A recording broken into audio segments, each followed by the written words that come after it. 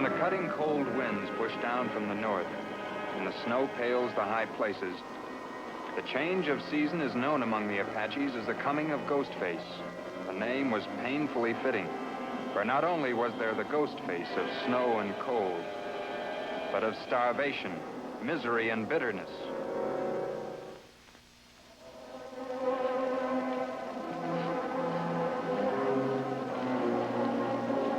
Do you have food, Mr. Jeffords?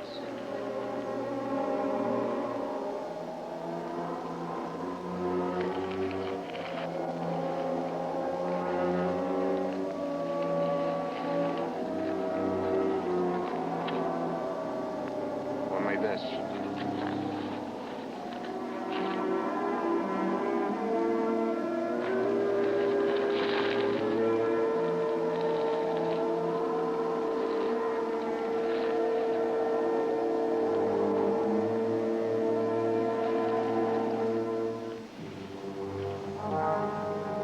Welcome, my brother.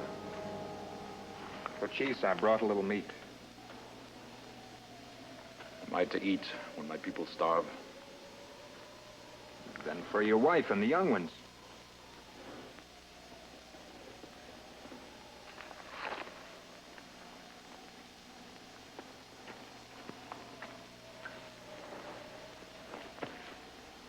You have no news.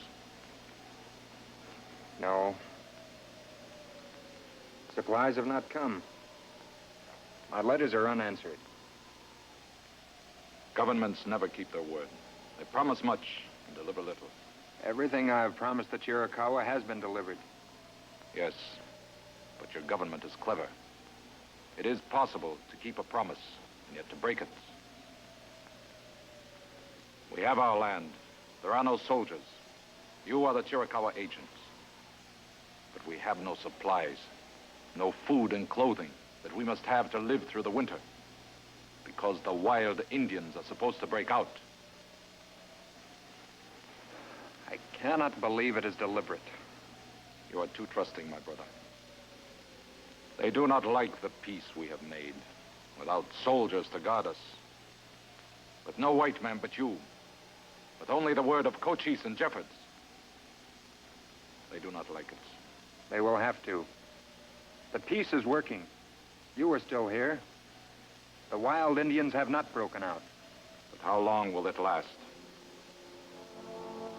What do you mean? Come with me.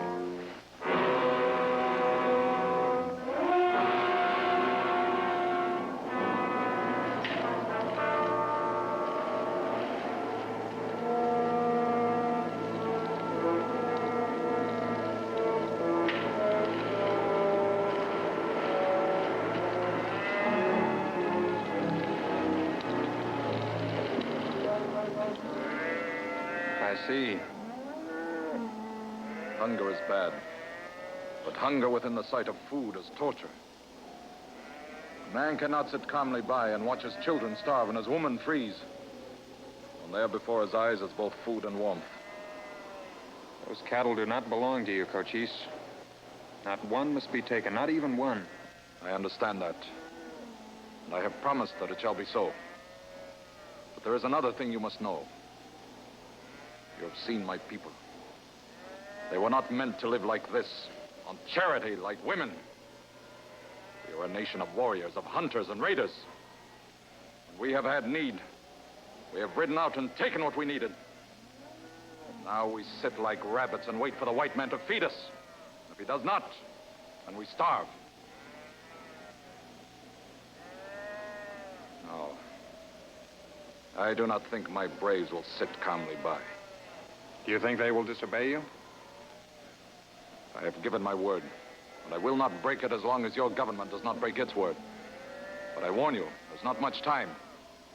If supplies do not come soon, then the word of Cochise might be worthless. I have written again to Washington. I've asked that an inspector be sent here to see for himself what the need is. When he comes, I'm sure the trouble can be ended. If he comes.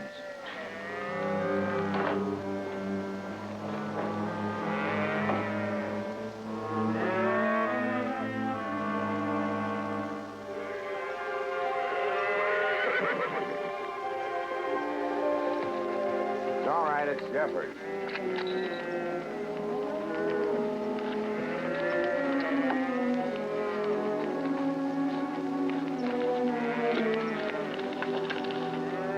Afternoon, Tabor. Well, Jeffers, what are you doing up here? Riding fence? Any complaints? Nope. Never would have believed it. Those Apaches of yours are staying put all right. At least I never see hide nor hair of them. Told you they'd be good neighbors. Well, I don't know about that, but they ain't bad ones. Not yet, anyways. This neighbor thing's a two-way ride, you know. What do you mean, Jeffers? They got some complaint against me? No, not a complaint exactly. It's more of a warning. It's winter up there, Tabor. It's cold and there's no game. Government promised to feed them, but the food hasn't come. That ain't no good. Hungry man's got to eat. It's hard for a man to stand up there and look down here and see your cattle. Especially when his kids are starving. You're telling me I might lose some critters. That's part of it. To Jeffers, there ain't much I can do about them beef. They go where they've a mind to. And on this desert, it's got to be that way. They go where there's feed. I understand.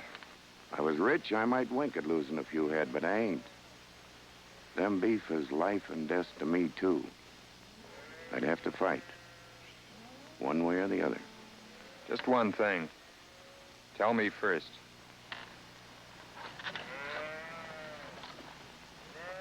Jeffords, I'd make the government a good price on, say, 100 head. I wish I could say yes to that. But I have no cash to make such a deal. Your signature'd be good enough for me. Not sure it'd be honored. I might not have that authority. I'll have to try it through regular channels.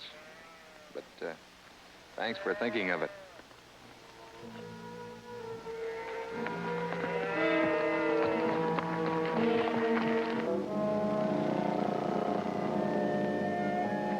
Glad you're here, General.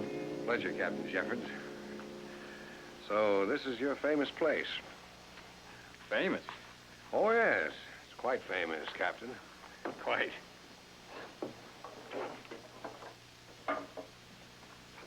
Will you be able to put my driver and me up for the night? Quite comfortably. Good. Just for the night? I expect it'd be for several days at least. No. We'll be driving back to Tucson in the morning. Then you'll come back out again later. No, I don't think so. Don't you intend to see the reservation? Well, I don't see why I should. That's no concern of mine.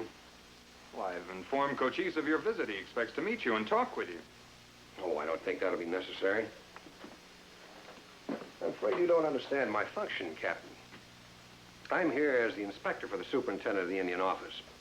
As such, my concern is with the administration of the various reserves, not with the Indians themselves. It's of no concern to the Indian office that my Chiricahuas are starving? Well, at any rate, that's not why I'm here. To be perfectly frank, Captain Jeffords,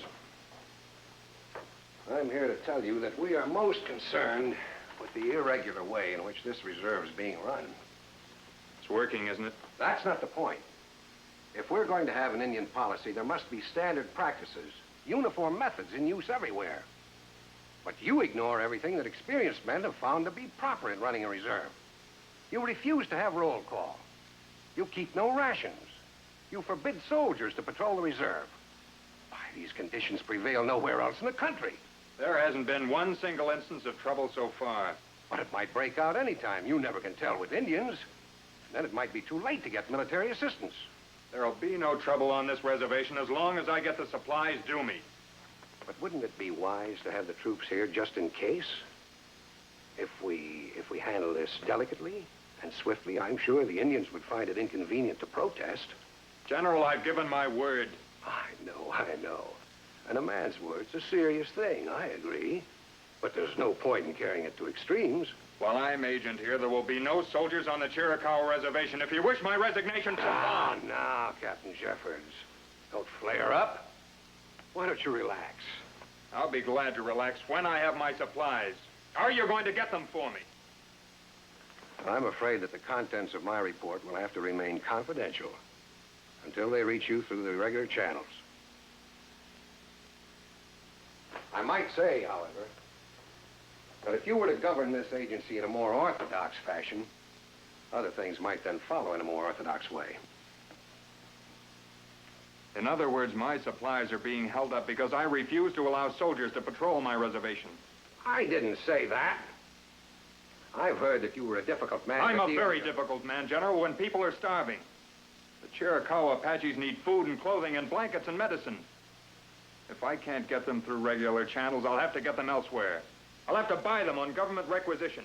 You're not authorized to do that. In fact, you're forbidden to do so. You realize what this will mean? If these supplies are held up from these people? That's not our intention at all. I regret that they're suffering. But if supplies are being delayed, I'm sure there must be some good reason for it. Then it's true. What's true? Make yourself at home, General.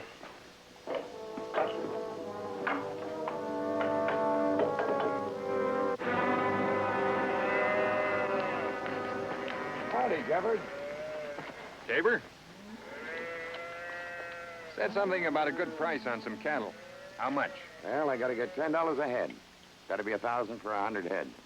I haven't got that much. Have to be 50 head. The government that hard up? It's not government money. Write a draft on the Bank of Tucson. You buying these with your own money, Mr. Jeffrey? One stipulation. That you keep your mouth shut. You say so. And that you get them up there as fast as you can. Just drive them up to the stronghold and haze them in. And don't go in yourself. Don't worry. They'll be there early tomorrow morning. 60 head. I said 50. I made the price a little better, seeing that you buying personal.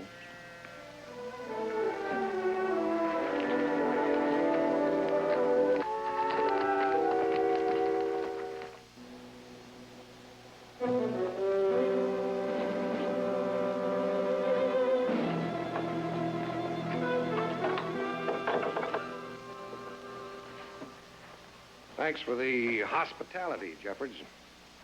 Though I didn't see much of you. Sorry, General. I had some business to attend to. Personal business. Is the visit of a department inspector of so little importance to you? When the inspector finds so little of importance to inspect here, yes.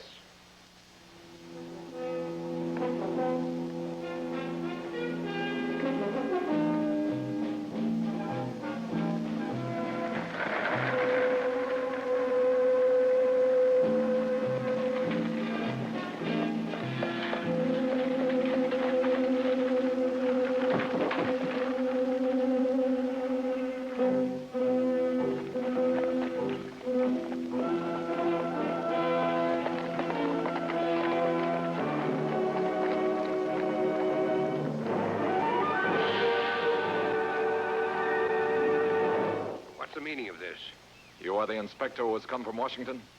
I am. I am Cochise. I've come for the talk that was promised. Jeffers had no right to promise any talk. I have nothing to say to you, sir. Please stand aside. But Cochise has much to say to the inspector. Will you stand aside? I offer you the hospitality of my camp, General. How dare you? This is an outrage. Do you realize that I'm an officer of the government? I would be shamed before my people if I did not offer you my hospitality. Even worse would I be shamed if you did not accept.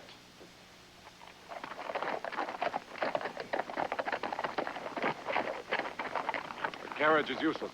There is no road. This is Jeffers' doing. It is only the doing of Cochise. Then I demand that Jeffers be notified that I'm being kidnapped. He has already been notified.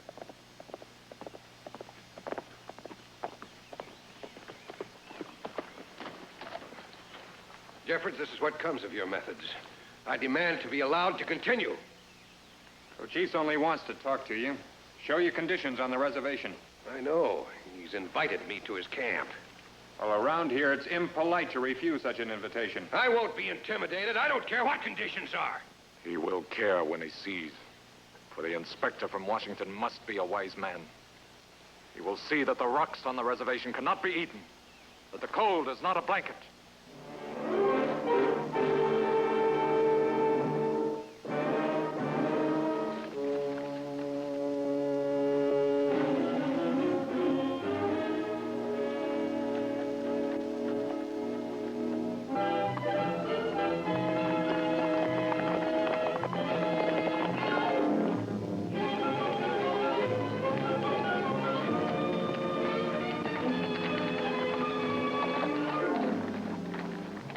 Cochise, a miracle. Cattle in the stronghold. Cattle? Many fat cattle. Food for many days.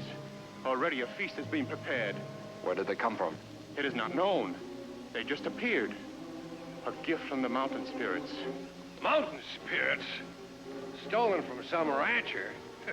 This is just what I might have expected. We will see.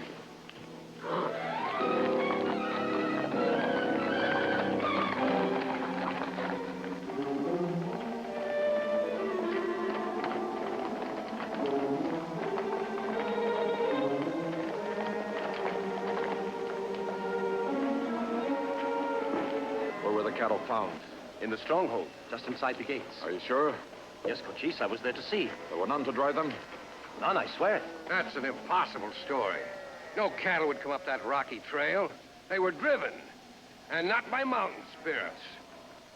These cattle did not come from the sky. We will find out how they came here. There will be a brand to show us.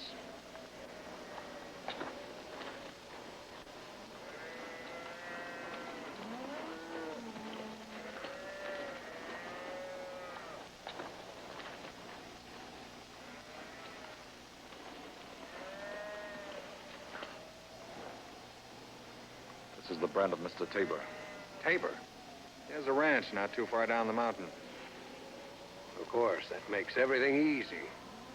Apaches slip down there during the night, drive the cattle up here, and then very conveniently they're discovered when day comes.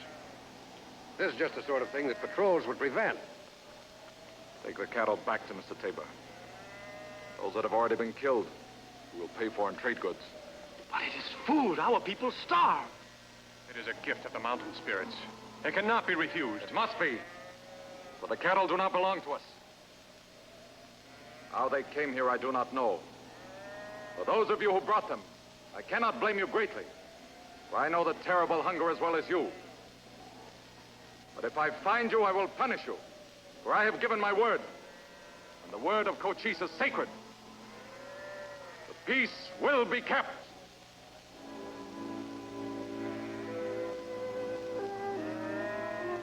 Take them back. No, Cochise, we will starve. They were not stolen. They came like a miracle. You must not send them back. Take the cattle back!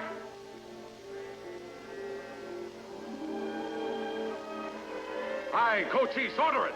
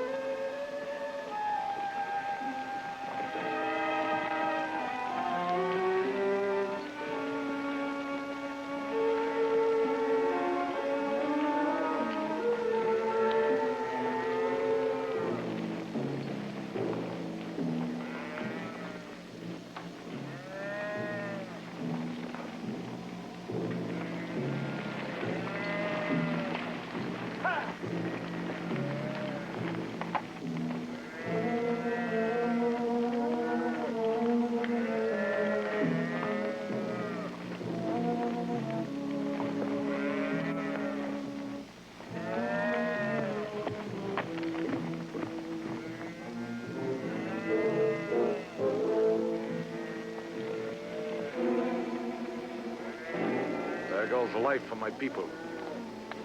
I do not know what will come of it. Turn them back, Cochise. What do you mean? I mean they're no longer Tabor's cattle. They're Apache. Here's the bill of sale. Nikaya. Jeffers, what is this? I told you you weren't authorized to requisition anything. Those cattle are bought and paid for privately. Tell him. Turn them back. Take them back to the people. They are yours. What can I say to you, my brother? Nothing. Tabor threw in 10 head himself. You might remember. What I can't understand, Jeffers, is why you waited so long to say anything. You might have told us all this in the beginning.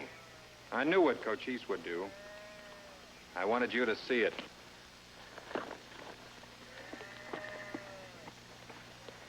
Cochise, I'll see what I can do to expedite your supplies. Cochise, your people will never go hungry again.